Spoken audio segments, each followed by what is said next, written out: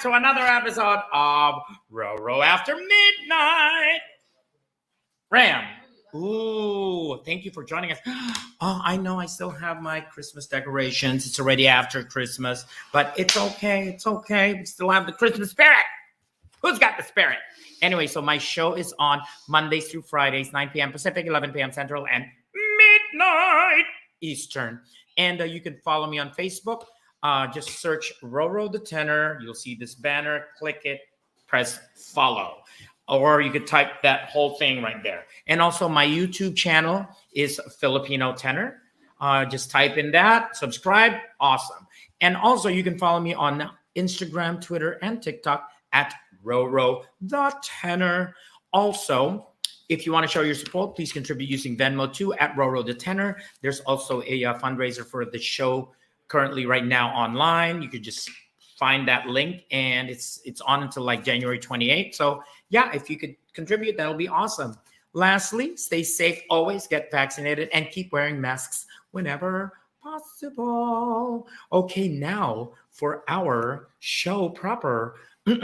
My guest tonight is a very good friend of mine. Actually, we met studying at UCLA together back in 2000, blah, blah, blah, blah, blah. And anyway, so without further ado, anyway, he is a musician, composer, and orchestrator, has worked on Broadway and also in touring companies, as well as he's currently teaching right now in USC, that's University of South Central. Wait, University of Southern California, near South Central. Anyway, I'd like to bring into the show Mr. Daniel Lincoln. Hey, hey RoRo. Oh, those memories back from 2000. I know. Remember Tiger Beat? Oh man, it was a simpler time, wasn't it? I know, that was like, oh my God, you have no, see this beardness right now. Oh my God, take it all off. That's how I knew Danny before. It's like facial hair. It's like, really? I know. There you go. I had short hair, no beard. It's been a minute. I know. It's like, how long has it been? It's been this long. That's how long it's been. But pretty much that's how we've known each other. How long his hair is. That's how we've long known each other. Anyway, so you are in the presence of course, Daniel Lincoln. He's a musician, composer, and orchestrator. You can follow him on Instagram at DLincolnDoesMusic. Make sure you look at the spelling. It's not the Lincoln Do as music. It's like the Lincoln as music. It's not Spanish. And you can follow me on YouTube. Just type in Lynx, LYNX125. And please check out his website, www.danielmlincoln.com. Make sure you check out the YouTube because it's got great musical stuff there. So anyway, before we start any show, we always do this amazing, oh my God, where's my phone? Oh my God. No, I just remembered I'm actually going to do our, you know what? We're going to, yeah. No, I'm trying to like, here you go. Cause knowing now what Danny does, I have to like, I have to do some changes here. Oh, okay. I'm also going to apologize in advance if we get an unexpected furry little guest in the studio. Oh, Gigi enjoys the spotlight. Wait, we might see her curled up in the reflection on the curtain on the carpet. Wait, how old is Gigi? Gigi, let's see. I rescued her in May of 2015, and she was a little Mew.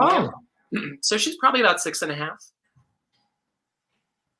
Oh, okay. So here you go. So now that I've actually fixed something, before every show we start with joke of the day. Do you like my Patti LuPone moment there? It was followed by just that quick still of you in costume. I know. Okay, so you got your beverage. There you go. You don't have to spit. Nobody's spot. I mean, they always like catch it with their hand and ingest it. So it's not gonna be, For people who know me, I never make really funny jokes. That is not true. Don't be hard on yourself, RoRo. All right, so this is the joke. Drink, keep it in your mouth, and then, no, you have to keep it in your mouth. Okay. That's the whole idea of spit. Right. All right. Okay. How did the hacker escape the police? He ran somewhere. Oh, yeah.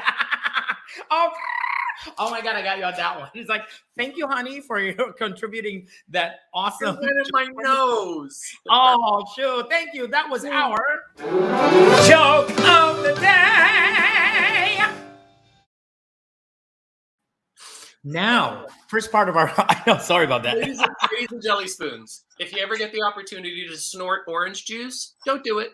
This is why it's called spit, because if you spit it, you would have not snorted it.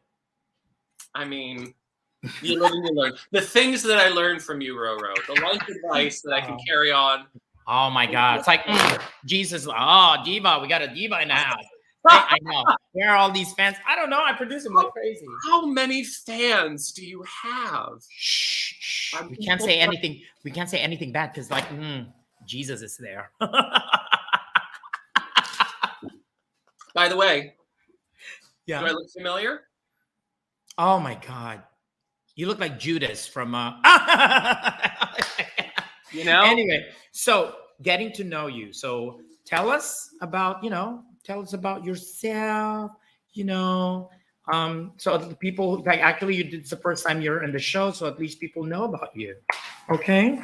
Sure thing. Well, I am a very lucky Peter Pan in that I will never grow up, and I still don't know what I want to be when I grow up. I started life as a child actor out here in Los Angeles, and then I ended up really becoming fascinated with classical music, which is how, RoRo, you and I met at UCLA. I mean, as a classical voice major. But my freshman year, I had one of those professors that changes your life. His name is Dr. Roger Borland.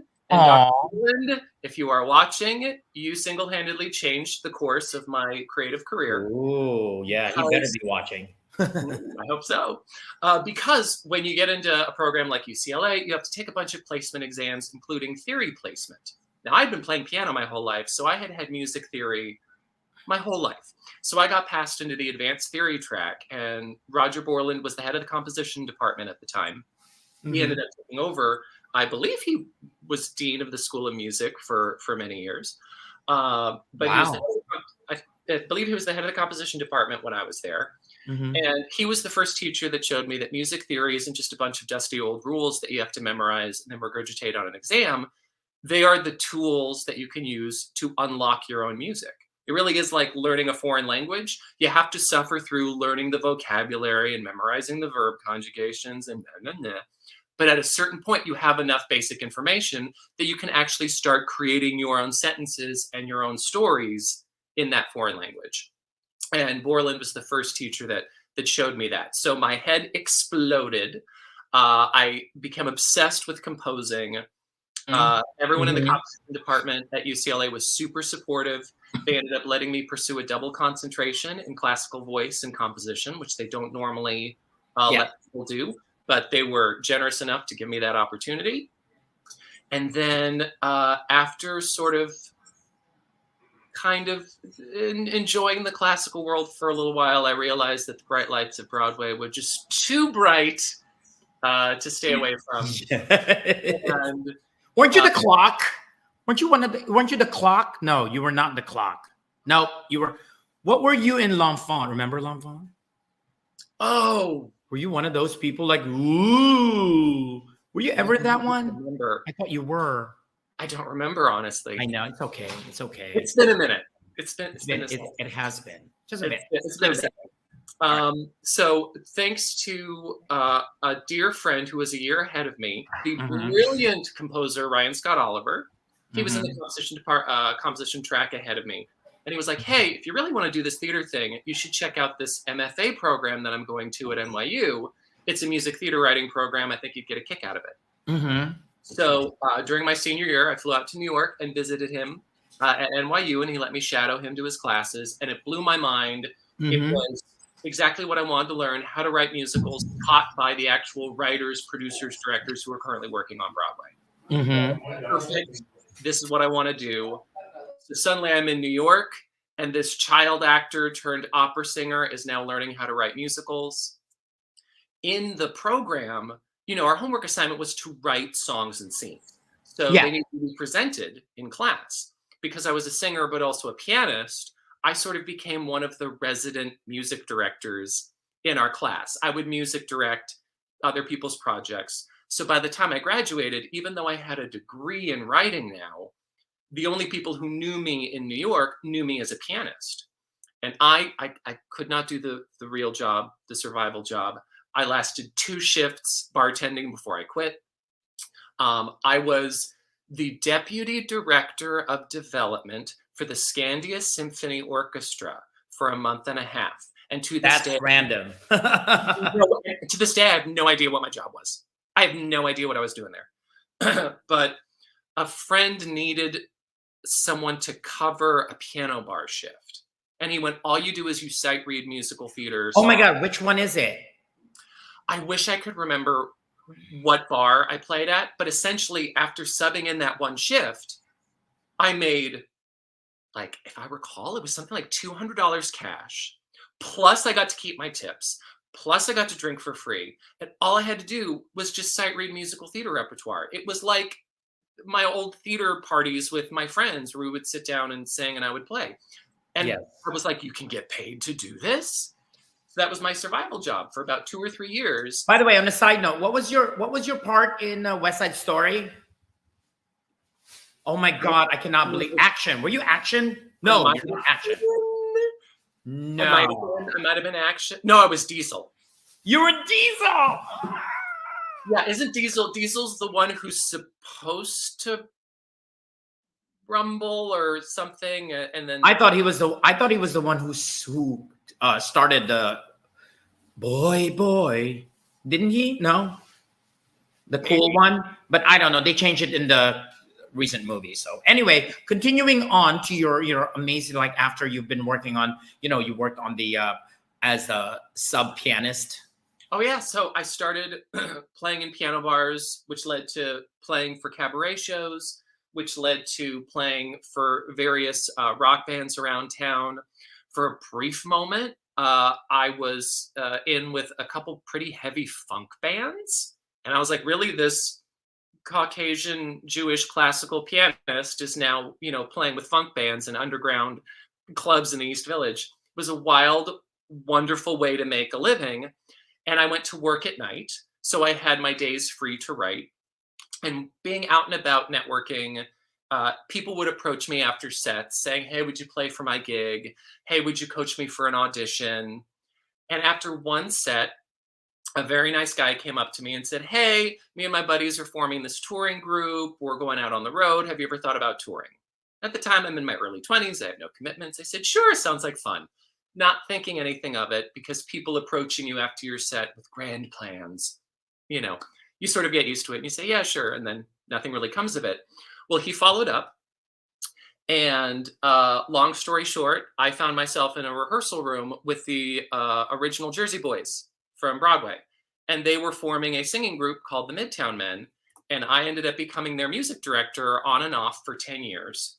And it was the most fun, the best hang. We got to play the greatest music. We got the full rock star treatment too. And that's where it all started. The was that the onset of, like, oh, you got into the game, and then everything went from that one. Just so you know, a little side of he did say that he's Jewish and Caucasian. We call that a jock. I don't know if you've ever had that. That is called a jock. Okay. Wait. Oh, work it, girl, work it. Anyway, so that's a lot of info about Danny over here. Now, and he told us about his time in UCLA and then in NYU. Now, another question for now is, before we go, we go to the other parts of the show, is, you're such a drama queen and a diva. Can you see the D in the diva? Yeah. Mm-hmm. So you're such a drama queen. So tell us about, as an artist, because everyone has their traumatic experience. I'll send it here. Like, as an artist, what would you consider your most traumatic or traumatizing experience, whether while performing or traveling, that actually haunts you to this day every time you're in that situation?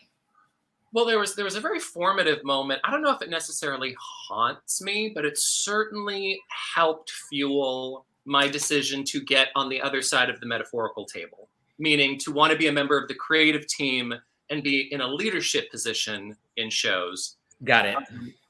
I'm sure performers, we all have many, many stories about times where we weren't necessarily treated the way we deserve to be treated. So growing up as a child actor, I just remember having a lot of times where I thought, maybe it shouldn't be this way. Actors shouldn't be made to feel the way I feel right now. Yeah. And one moment for me that stands out, I won't name names or specify the production, because it's not about throwing shade at anyone. Exactly. But I was doing a show, and it was an interesting experience. And there was a moment where my character was in the middle of a fight with someone. And then, for no reason I could figure out, in the middle of the fight, everything freezes, and my character crossed down stage center and sang a long aria that was essentially an extended metaphor. Mm-hmm. And I had no idea why. And in rehearsal, I didn't say, what's my motivation? But I tried to bring up this moment because there were just so many things that didn't make sense to me as an actor. Yeah. And so I don't remember how I phrased it. I would like to think I phrased it respectfully. But I asked, there's clearly a really pressing reason why my character needs to explore this metaphor in the middle of this fight. I'm having a hard time making that connection. And this was, staging rehearsal, full cast is there, crew is there. And the director gets on the God mic and says, "Oh, for Christ's sakes, Lincoln, just shut up and sing that goddamn aria." And that's what we call shade. And it's not like there was ever a moment where I retired from performing, but that was really, for me, kind of a final straw moment where I went, you know what? The climate needs to change, because this is not okay. I want to be part of the planning now. And what blew my mind is I felt like I was the only one watching that movie. Everyone else around there acted like this is to be expected, and this is just another day. Are you sure it was what you're thinking was like, wait, I can do exactly what he's doing? Oh, I want to be in that position. No. Nobody should have to feel like that. And you know what? After a while, I was like, you know what? I'm sick of waiting for other people to change. I want to be a part of that change. Oh, thank you for that. That's amazing. It's like, wait a second. I'm having some technical difficulties here. Somebody is trying to chime in right now. Wait, what's going on? Just a second. This is the RoRo Report. Merry Christmas, everyone. This is RoRo for the RoRo Report. We are still not out of the woods yet with the current pandemic, so keep wearing your masks inside establishments, because if we keep them safe, they stay open. And that was the RoRo Report. What you think of that? I agree with all of that. That was fabulous. That was fascinating. I love that this production has roving reporters. I didn't realize you had such a production going on here. I know. I want it to be like I tell my friends and my guests. It's like, I want it different from all of the other things that you see online, because it's going to be another long-winded. Like, no, I want it to be a show. And it's only 30 minutes, so we want people to be entertained. Anyway, so earlier we mentioned about Danny. Going to UCLA, and actually this is an excerpt of Danny's first symphonic suite that he wrote, and which a little bit of a background for everyone.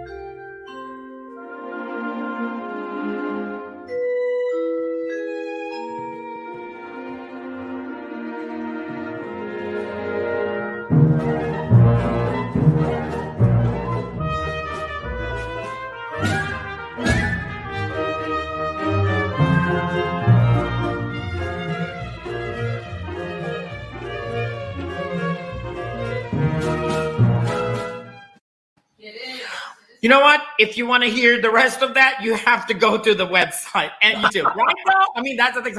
Wait, what? Yeah. So just a quick thing, so at least people know. Who are your influences that you could remember for that?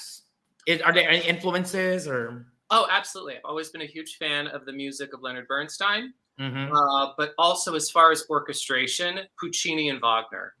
Oh, Puccini, nobody, in my opinion, can make an orchestra soar with passion like Puccini, and nobody can put the fear of God in you like Wagner, especially in songwriting. I have lovingly plagiarized many times. So I've sung in the Ring Cycle. I mean, and I've sung Mima and in Rheingold, and also Mima in Siegfried. But I also sang Loga in Rheingold, so I know. I think people have to understand Wagner is harder to sing in terms of stamina and longevity, but Strauss is a harder melodically to learn as a singer. But Wagner, once you get into if you are capable of doing Wagner, think about it, it's all about orchestration. And it's all about that ping going through. You don't have to have the biggest voice. You just have to have the voice that just comes through a loud orchestra. It's all you need. But yes, so talk about influences. Can somebody crowd me with love? Oh, so I'm gonna ask somebody crowd me with love. It's a line from the song "Being Alive," composed by Stephen Sondheim. Now, the reason why is when talking about influences, one of the things I read from a lot of your posts back, a few years ago, was working with Stephen Sondheim. Tell us, what was that? What was that experience? Were you starstruck at the same time? When did the whole you're Stephen Sondheim became, you're a fellow musician actually mentoring me, that kind of thing. So tell us a little bit about that. Yeah, so when I was at NYU, one of the amazing opportunities that we had was occasionally we could essentially score internships at New York City Center Theater. Because the incredible Jack Fertel, who's the artistic director of New York City Center, also taught in my program.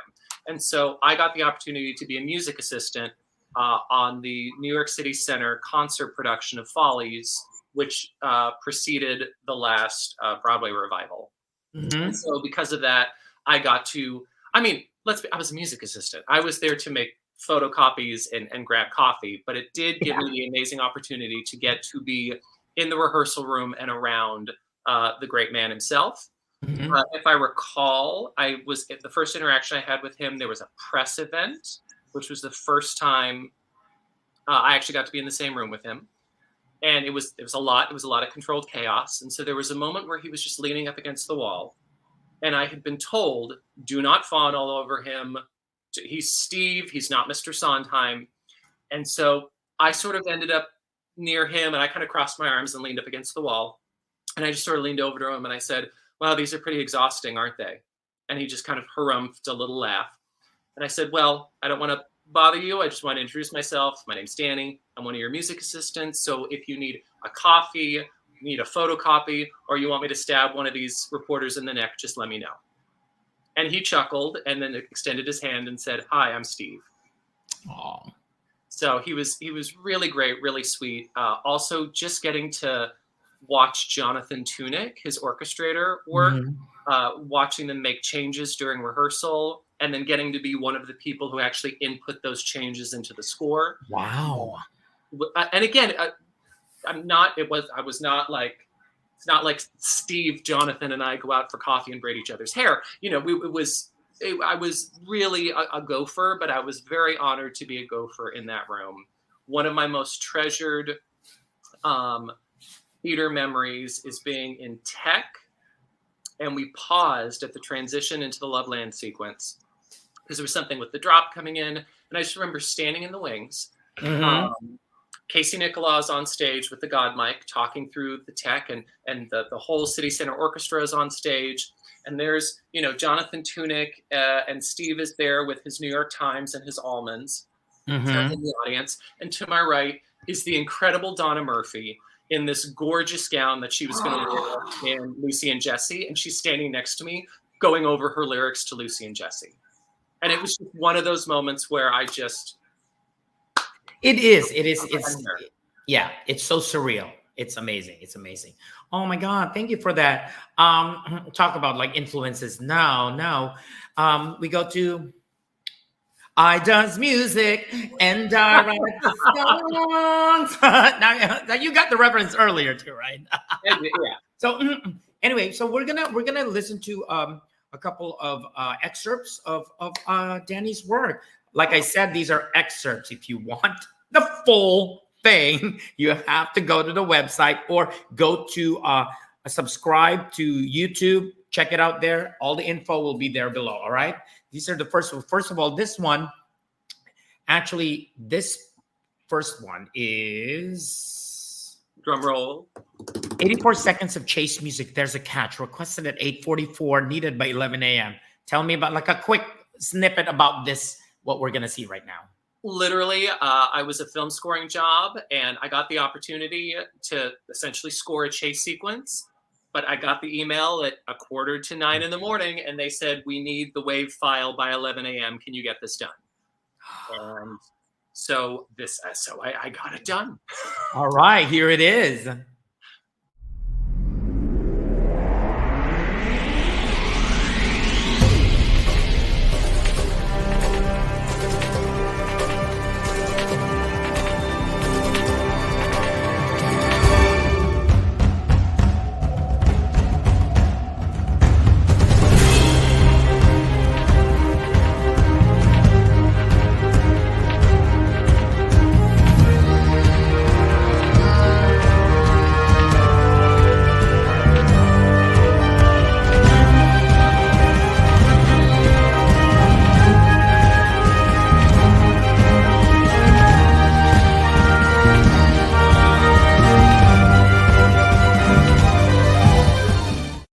And they caught him. Yeah. Oh my God. Yeah, I love the music. And of course, obviously, that was just my own footage that I slotted in.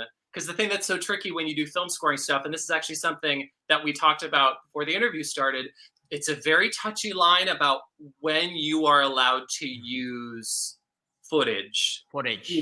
So like this was even though I submitted this and they used it, I don't have permission to distribute the visuals that went along with that. So I threw in here's my a own. question.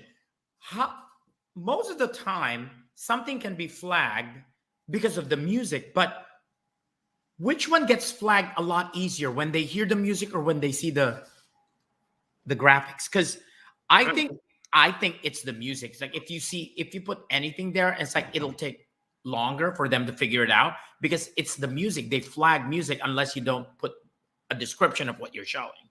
So that's my opinion. And here's another one. I just music and I write the song. There you go. I hit it. Mariah, you've never sounded better. I go by Pariah. I go by Pariah. Pariah Mary. Oh my God, my name is Pariah Mary. Wait, did you just come up with that right now? Yes, I did. Was I here for the birth of your drag show? Yes. I'm so honored. Yeah. All right, so here's another one. I actually like this one. Of course, this is also a short clip. Just go to all the websites down there that you can see below. All right, here's another one.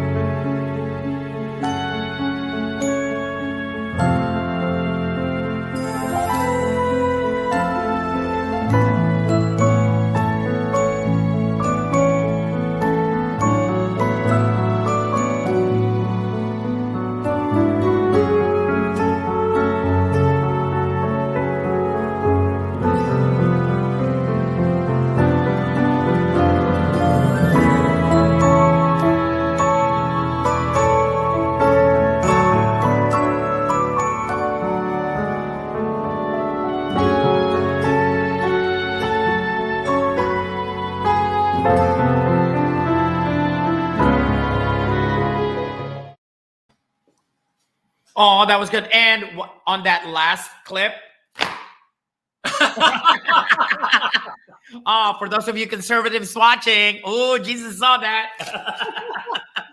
I was going to kind of a love is love is love is love. Yes, I like that one. And for me, I was looking through, where do I cut it? Yep. There's nothing better than cutting them on that scene. It's like, yay! And imaginations arise. Anyway, that was I Just Music and I write the song. I don't know. It's midnight. See, it's like, anyway. Here's the thing, the fact that you can still achieve whistle tone after midnight, that's still a superpower in my book. I know. Thank you. Well, thank you for joining us today, Mr. Danny Lincoln. Well, he goes by Daniel Lincoln, okay? Professionally, it's Daniel M. Lincoln, all right? Again, you can follow him on Instagram at DLincolnDoesMusic or subscribe to his YouTube channel, Links125. And his website is www.danielmlincoln.com. So I had to change the branding because there's a famous photographer, an Olympic athlete, and some other athlete also named Daniel Lincoln. So they were messing up my Google SEO. So finally, oh my God, I did a swipe right, and his name is Daniel Lincoln too. So I don't know. Coincidence? I don't know. Anyway, so Daniel M. Lincoln. M would have been Daniel's like, what's M for? It better not be Mary. Okay. It's Elizabeth. Elizabeth Lincoln. Lincoln. I think it's like, that's one of my favorites. Like, what's your middle name? Elizabeth. Mm-hmm. Roger Elizabeth Dupree. Dupree. Yeah, I know. Rest in peace. All right. So before we let him go, it is a tradition to have our guests do our daily.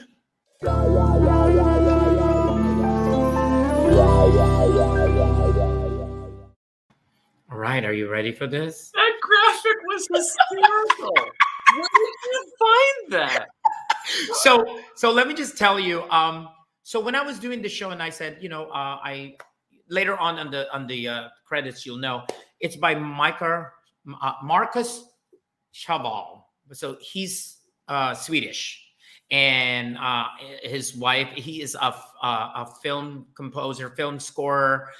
They're doing something, a project for something, streaming right now, and they're doing episodes. A lot of work, and he's married to a friend of mine who's an opera singer. So I said, oh, can you? And he's a good friend of mine. I invited him to, they were at our wedding, Stephen and I wedding. And I said, can you give me all these bumper music? Not I commissioned him to do that. And also the thing. So I said, I want it to sound like this. I want it to sound like this. And I come up with I guess I had an idea. And then I have a friend from high school. I said, can you illustrate for me a pickup truck picking up a girl at a pool table, because there were people. So it's a pickup truck for pickup line of the day. Anyway, in case Danny wants to see that again.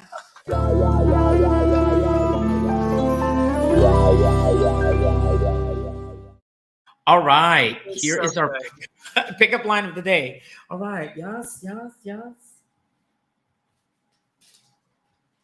I can't turn water into wine, but I can turn you into mine.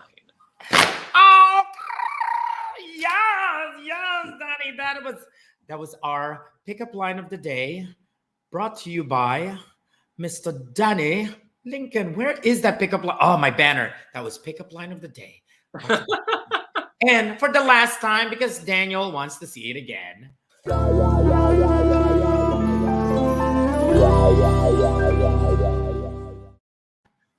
Thanks again, Danny. I call him Danny, okay?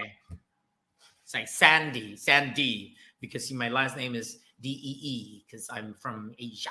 I'm kidding. No, it's not. I was going to go with Sunny D. Oh, my God, it's Danny and Sunny D.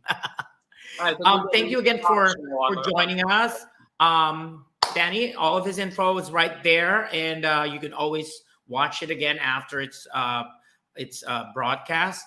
And hope you have so what's your plan for the New Year's? Any specific ones specifically for New Year's Eve or New Year's and stuff like that? Just gonna be laying low, staying masked, trying to just stay responsible amidst the crazy. I've been very fortunate since moving back from New York. I've been able to see my family a lot more. So we're probably That's true. a family gathering. Yeah. So because so basically school's out, so you're just pretty much staying put. Yeah, I've got some film scoring work, and I'm doing tracks for some shows. So that's Awesome. going to be nice. That'll keep me busy. Awesome. And then the next semester starts in the beginning of January. Better work, girl. Work. All right. Thank you again. I'll see you. Hopefully, I'll see you in California when I visit there in April. Can't wait. Can't wait. Bye. Say goodbye to our audience. Bye, everybody. Oh, that one, ladies and gentlemen, was our guest, Mr. Daniel Link. And thank you. You've been watching RoRo After Midnight. Oh my God. Anyway, so you have been watching RoRo After Midnight. Show is on Mondays through Fridays, 9 p.m. Pacific, 11 p.m. Central, and midnight Eastern. You can always go to Facebook, subscribe to RoRo the Tenor. Actually, follow. Just look it up, follow it. This thing right here. And YouTube is Filipino Tenor. My Instagram, Twitter, and TikTok is at RoRo the Tenor. Make sure you follow me or add it to show your support. Please contribute using Venmo to RoRo the Tenor. Just so you know, I'm wearing this t-shirt right now. See, it says RoRo After Midnight. The back of it's like, ooh, look at that. The back of it, RoRo After Midnight. It's not available yet to the public because, you know, that's what I'm doing, this fundraiser. So at least I can share the moment, share my wife. Oh, no, that's not how it goes. Share the moment, share the life. And as always, as Daniel actually told you as well, we have to keep wearing our masks whenever possible. Stay safe, get vaccinated. We'll see you tomorrow for another episode. And I hope you enjoy your New Year's week because we are almost into the new year. Okay. Goodbye.